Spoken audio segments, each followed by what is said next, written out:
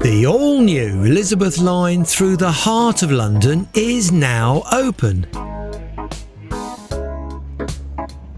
It's been a long time in the making, but today, just a few days after its opening, I have the chance to ride the Elizabeth line, or the Purple Train, all the way from Paddington to Abbey Wood. Hi, I'm Warren Brand and welcome to another Linleys video.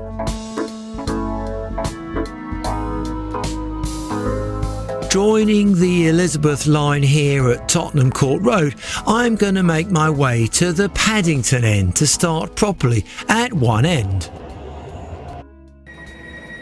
There are 10 shiny bright, spacious and very special all-new station spaces on this central section of the Elizabeth line.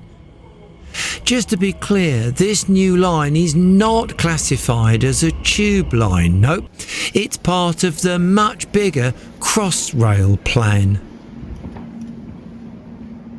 The line route guide here shows how the map includes the hollow line, not a solid line in purple for the railway, as the route is not a tube line, which would be shown with a solid line. These new trains are Class 345s, built for the new line. They run as 9-car units and are a massive 200 metres long. More about the line and the tunnels and the trains later, but for now, let's start our journey properly from here, Paddington Station. Have a good day. Good morning, everyone. You're currently at Paddington Station. This is your brand new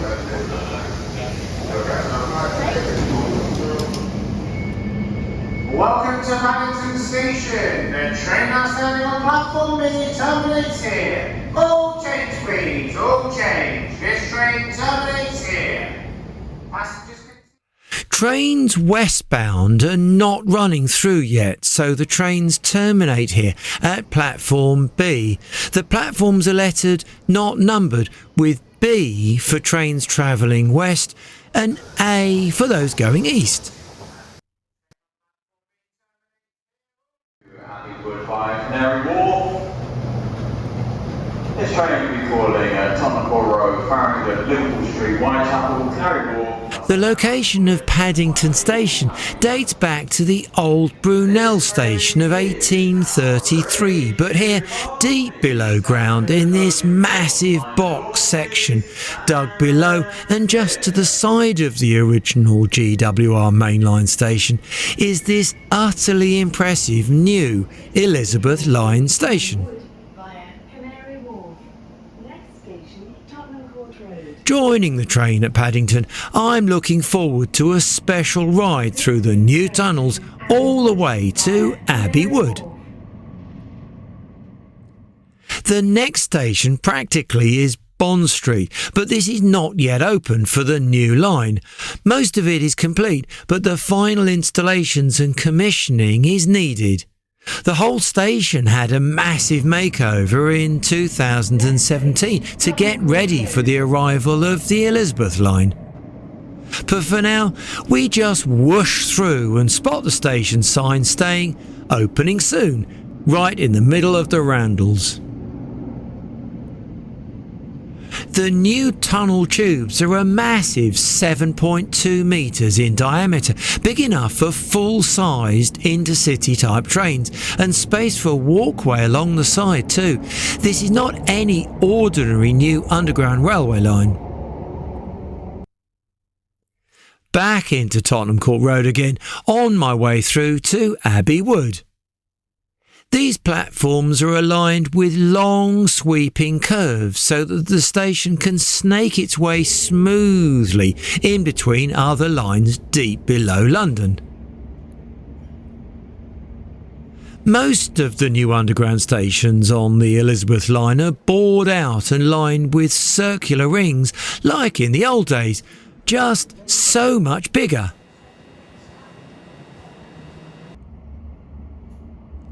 In between the platforms, the joining passageways are huge, well lit and uncluttered.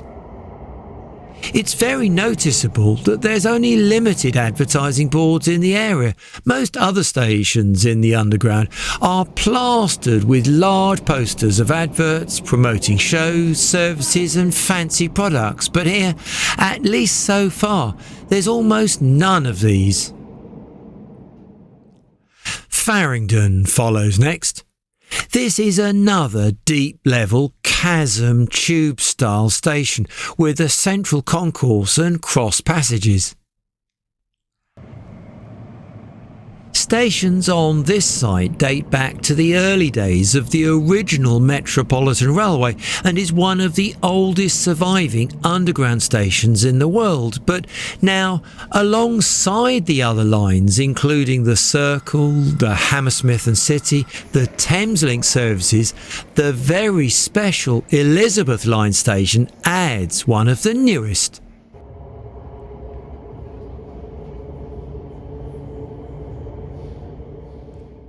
From Farringdon eastbound, Liverpool Street Station is next. The same style of deep, large bore tunnels shape up this station area, but the central section is so large and is so joined up with the other lines, it's hugely complex. Down the centre line between the two platforms is a full-length pedestrian tunnel. That's the full 200-metre long, massive space with a series of totem poles, just like the ones I saw at Tottenham Court Road. Diverging from here, there will be direct through services to Shenfield, but for now, that line begins at other platforms. Whitechapel follows Liverpool Street, going east on the Abbey Wood branch. I don't have time today to explore the series of very special pieces of artwork produced by Chantal Joff, but I managed to spot a couple on the back wall of Platform A. All the below-ground platforms, so that's 8 of the 10 new stations, have platform edge doors. They've lots of uses, and although it spoils the chance of filming trains, the reduction of ambient sound and the improvement of safety are very much positives. Canary Wharf has a very different design style about it, although still is clearly part of the Elizabeth Line style overall. Being nearer to the surface, the station is constructed in a big box dug into the ground. Still, to cater for trains of over 200 metres, the box is massive and deep. A most noticeable feature of this station is the canary yellow features, the sides of the escalators especially.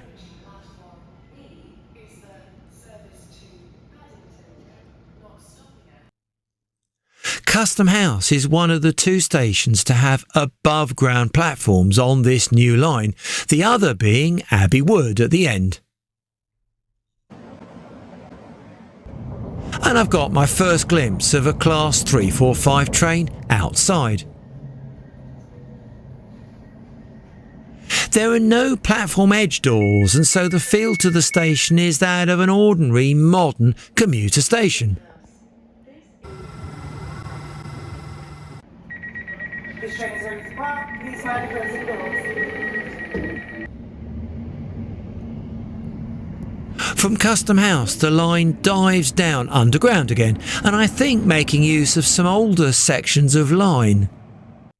Woolwich is the penultimate station on this branch and is constructed in another one of those big, huge concrete boxes in the ground. The floors above, the ticket hall and concourse, are held up by massive columns, delicately decorated with little tiled bands of colour. I think the colours link with the heritage of the local area.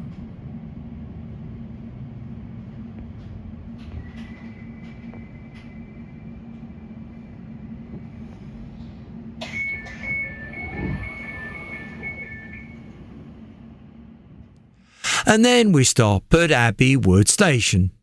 This is the other outside station, and compared to the others, is the least impressive. So there we are, 10 lovely new purple stations. Well, not actually purple of course, but 10 super stations on a very special new purple line. The line has been very long in the making. The project started over 35 years ago and gained approval as the CrossRail project in 2007. Construction began in 2009 with a very ambitious completion date of 2018. The tunnels were all bored by 2015, and since all the infrastructure, the station building, the fitting out, systems installation, commissioning and the line running tests have been needed. Letting the next train depart, I can admire the colour scheme and the lines of the new trains. Notice the front and back don't have the big yellow cab colours which are endemic on all other main line and suburban railways. I thought it was only tube stock trains which don't have yellow ends. So much nicer of course. Yeah, there've been a few delays, but look at it now.